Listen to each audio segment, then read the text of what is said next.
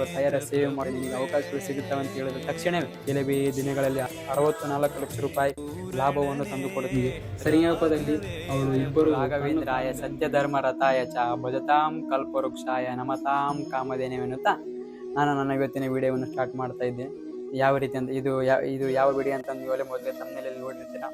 ಜಗ್ಗೇಶ್ರವರಿಗೆ ಯಾವ ರೀತಿ ರಾಯರು ಪವಾಡ ಮಾಡಿದ್ರು, ಯಾವ ರೀತಿ ಜಗ್ಗೇಶ್ರವರ ಜೀವನದಲ್ಲಿ ಪವಾಡಗಳು ನಡೆದು ಎಂಬಕ್ಕಂತ ನಾನು ಈ ವಿಡಿಯೋದಲ್ಲಿ ಸಾರಾಂಶವಾಗಿ ಹೇಳ್ತಾ ಹೋಗ್ತೇನೆ. ತುರುವೇಕೆರೆಯ ಮಾಯಸಂದ್ರದ ನಿವಾಸಿಗಳಾದ ಶಿವಲಿಂಗಪ್ಪ ಮತ್ತು ನಂಜಮ್ಮ ಎಂಬ ದಂಪತಿಗಳ ಪುತ್ರನಾಗಿ 17/3/1963ರಲ್ಲಿ ಈಶ್ವರಗೌಡ ಎಂಬಕ್ಕಂಥ ಹುಡುಗ ಜನಿಸ್ತಾನೆ. ಈಶ್ವರಗೌಡ ಎಂಬಕ್ಕಂಥದ್ದು ಜಗ್ಗೇಶ್ರವರ ಮೊದಲನೇ ಹೆಸರು, ಈಶ್ವರಗೌಡ ಎಂಬಕ್ಕಂಥದ್ದು. ಅದೇ ಜಗ್ಗೇಶ್ರವರಿಗೆ ಸಿನಿಮಾ ನಟನಾಗಬೇಕೆಂಬುದು ತುಂಬಾ ಅಭಿಲಾಷೆ. ಅದೇ ರೀತಿ ಸಿನಿಮಾ ನಟನೆ ಬಯಸಿ ಬೆಂಗಳೂರಿನತ್ತ ಪ್ರಯಾಣ ಮಾಡ್ತಾರೆ. ಬೆಂಗಳೂರಿನಲ್ಲಿ ಹಲವು ಅಲೆದಾಡುತ್ತಾರೆ. ಕೆಲವು ನಿರ್ದೇಶಕರನ್ನು ಭೇಟಿ ಮಾಡುತ್ತಾರೆ. ಯಾವ ನಿರ್ದೇಶಕರು ಅವಕಾಶಗಳು ಕೊಡುವುದಿಲ್ಲ.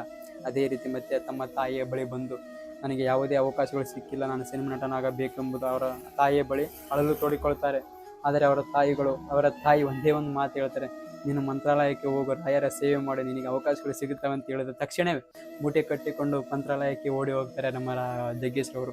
ಅಲ್ಲಿ ಹೋಗಿ ರಾಯರ ಸೇವೆ ಮಾಡ್ತಾರೆ. ಕೆಲವು ದಿನಗಳ ಕಾಲ ಅಲ್ಲೇ ಉಳಿದುಕೊಂಡು ಮತ್ತೆ ಬರುತ್ತಿದ್ದ ಹಾಗೆ ಶ್ವೇತ ಗುಲಾಬಿ, ಇಬ್ಬನಿ ಕರಿಗುತ್ತು, ಹೊಸ ನೀರು ಚಿತ್ರಗಳಲ್ಲಿ ಅವಕಾಶಗಳು ಬರ್ತಾ ಹೋಗ್ತದೆ. ಯಾವ ರೀತಿ ಅಂದರೆ ಅವರು ಅಂಬರೀಷರವರ ಜೊತೆ ಅಂಬರೀಷರವರು ಮತ್ತು ಜಗ್ಗೇಶ್ರವರು ತಾವೇ ನಟಿಸಿದಂಥ ಸಿನಿಮಾಕ್ಕೆ ನಿರ್ಮಾಪಣೆ ಮಾಡ್ತಾರೆ. ತಮ್ಮ ಭಾವನೆ ಜೊತೆಗೂಡಿ 14 ಲಕ್ಷ ರೂಪಾಯಿಗಳ ಮೊತ್ತದಲ್ಲಿ ಹೂಡಿಕೆ ಮಾಡಿ ನಿರ್ಮಾಪಣೆ ಮಾಡ್ತಾರೆ. ಕೆಲವು ಸಂಬಂಧಿಕರು, ಕೆಲವು ಸ್ನೇಹಿತರುಗಳು ಬಂದು ನೀನು ಯಾವುದೇ ಕಾರಣಕ್ಕೂ ಮಾಡುವುದಕ್ಕೆ ಹೋಗಬೇಡ, ನೀನು ಲಾಸ್ ಆಗ್ತೀಯ ಅಂತ ಹೇಳ್ತಾರೆ. ಅದೇ ರೀತಿ ಆ ರೀಲ್ ಡಬ್ಬಿಗಳನ್ನು ಎತ್ತಿಕೊಂಡು ಮಂತ್ರಾಲಯಕ್ಕೆ ಮತ್ತೆ ಬರ್ತಾರೆ. ಮಂತ್ರಾಲಯಕ್ಕೆ ಬಂದು ರಾಯರ ಬೃಂದಾವನ ಸುತ್ತ ಪ್ರದಕ್ಷಿಣೆ ಮಾಡುತ್ತಾರೆ. ಆ ರೀಲ್ ಡಬ್ಬಿಗಳನ್ನು ತಲೆ ಮೇಲೆ ಇಟ್ಟುಕೊಂಡು ರಾಯರ ಬೃಂದಾವನ ಸುತ್ತ ಪ್ರದಕ್ಷಿಣೆ ಮಾಡಿ ಬಂದು ರೀಲ್ಗಳನ್ನು ಬಿಟ್ಟಾಗ, ಸಿನಿಮಾವನ್ನು ಹಾಕಿದಾಗ ಅದು ಕೆಲವೇ ದಿನಗಳಲ್ಲಿ 64 ಲಕ್ಷ ರೂಪಾಯಿ ಲಾಭವನ್ನು ತಂದುಕೊಡುತ್ತದೆ. ಅದೇ ಸಿನಿಮಾ ಬಂಡಾನನ ಗಂಡ ಎಂಬಕ್ಕಂಥ ಸಿನಿಮಾವು ಜನರು ಯಾರೋ ಮಾತನ್ನು ಕೇಳದೆ ತಾವೇ ತಮ್ಮ ಸ್ವಂತ ಬುದ್ಧಿಯನ್ನು ಉಪಯೋಗಿಸಿಕೊಂಡು ಮಾಡಿದಂಥ ಸಿನಿಮಾ. ಹೌದು, 64 ಲಕ್ಷ ರೂಪಾಯಿ ಲಾಭ ತಂದು ಕೊಡುತ್ತೆ. ಅದರಲ್ಲಿ 10 ಲಕ್ಷ ರೂಪಾಯಿ ಕೊಟ್ಟು ಒಂದು ಮನೆಯನ್ನು ಖರೀದಿ ಮಾಡ್ತಾರೆ. ಅದು ಹಲವಾರು ಕೋಟಿ ರೂಪಾಯಿ ಬೆಲೆ ಬಾಳುತ್ತದೆ ಅಂತ ತಾವೇ ಸ್ವತಃ ಹೇಳಿಕೊಂಡಿದ್ದಾರೆ. ಇದು ರಾಯರ ಅನುಗ್ರಹ ಅಲ್ಲವೇ? 14 ಲಕ್ಷ ರೂಪಾಯಿ ಹೂಡಿಕೆ ಮಾಡಿದ್ದ ಸಿನಿಮಾ 64 ಲಕ್ಷ ರೂಪಾಯಿ ತನಕ ಲಾಭ ತಂದು ಕೊಡುತ್ತದೆ. ಅದೇ ರೀತಿ ಜಗ್ಗೇಶ್ ಅವರು 125ಕ್ಕೂ ಹೆಚ್ಚು ಸಿನಿಮಾಗಳಲ್ಲಿ ನಟನೆ ಮಾಡುತ್ತಾರೆ. ತರಲೇ ನನ್ನ ಮಗ ಚಿತ್ರದಲ್ಲಿ ತಾವೇ ನಿರ್ಮಾಣ ಹಾಗೂ ನಟನೆ ಮಾಡುತ್ತಾರೆ. ದೂರದರ್ಶನದ ನಿರೂಪಣೆ ಮಾಡ್ತಾರೆ. ಅದೇ ರೀತಿ ರಾಜಕೀಯದಲ್ಲಿ ಆಸಕ್ತಿ ಹೊಂದಿದ್ದಾರೆ. ತುರುವೇಕೆರೆ ಕ್ಷೇತ್ರದಲ್ಲಿ MLA ಸ್ಪರ್ಧೆ ಆಗಿದ್ದರು. ಅದೇ ರೀತಿ ಇವಾಗ ಪ್ರೆಸೆಂಟ್ MLC ಕೂಡ ಆಗಿದ್ದಾರೆ. ರಾಜ್ಯಸಭಾ ಮೆಂಬರ್ ಕೂಡ ನಮ್ಮ ರಾಜ್ಯಸಭೆಯಲ್ಲಿ MLC ಕೂಡ ಆಗಿದ್ದಾರೆ ಜಗ್ಗೇಶ್ರವರು.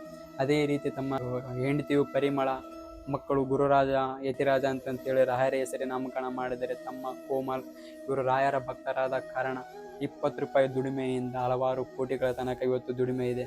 ಜಗ್ಗೇಶ್ರವರು ತಮ್ಮ ಜೀವನದಲ್ಲಿ ನೋವು, ಅನುಮಾನ, ಅವಮಾನ, ಕೋಪ ಎಲ್ಲವನ್ನು ಸಹಿಸಿಕೊಂಡು ಇವತ್ತು ಸಾಧನೆ ಎಂಬ ಶಿಖರವನ್ನೇರಿ ಕುಳಿತಿದ್ದಾರೆ ಅಂತ ಇವತ್ತು ನಾನು ಇಲ್ಲಿವರೆಗೆ ಬರುವುದಕ್ಕೆ ಕಾರಣ ರಾಯರೇ ಅಂತಂತ ಅವರು ತಮ್ಮ ನಿರಾಳವಾದ ಮನಸ್ಸಿನಿಂದ ಹೇಳಿಕೊಳ್ತಾ ಇದ್ದಾರೆ. ಅವರು ರಾಯರ ಬಳಿಯಲ್ಲಿ ಯಾವುದೇ ಸಂಪತ್ತು, ಹಣ, ಕಾರು, ಬಂಗ್ಲೆ ಯಾವತ್ತೂ ಕೇಳಿಲ್ಲ. ನಾನು ವಿದ್ಯೆಯನ್ನು ಕೇಳ್ತೀನಿ, ನಾನು ಜ್ಞಾನವನ್ನು ಕೇಳ್ತೀನಿ, ನಾನು ಕೇಳ್ತೀನಿ ಅಂತಂತ ಹೇಳುತ್ತಾರೆ. ಅವರು ಯಾವಾಗಲೂ ಕೊಡಗೈ ದಾನ ಕೂಡ ಅವರು ಬಲಗೈ ಕೊಟ್ಟಿದ್ದು ಎಡಗೈ ಗೊತ್ತಲಾರದೆ ಅವರು ದಾನ ಮಾಡ್ತಾ ಇದ್ದಾರೆ. ನೀವು ಗೊತ್ತಿರಬಹುದು ನಿಮಗೆ. ಸರಿಯಾಪದಲ್ಲಿ ಅವರು ಇಬ್ಬರು ಕಣ್ಣು ಕಾಣದಂಥ ಹೆಣ್ಣುಮಕ್ಕಳಿಗೆ ಮನೆ ಕೂಡ ಕಟ್ಟಿಸಿಕೊಟ್ಟಿದ್ದಾರೆ. ನಮ್ಮ ಜಗ್ಗೇಶ್ರವರು ಹಲವು ದೇವಸ್ಥಾನಗಳನ್ನು ಕಟ್ಟಿಸಿಕೊಟ್ಟಿದ್ದಾರೆ ಅವರು ಜಗ್ಗೇಶ್ರವರು.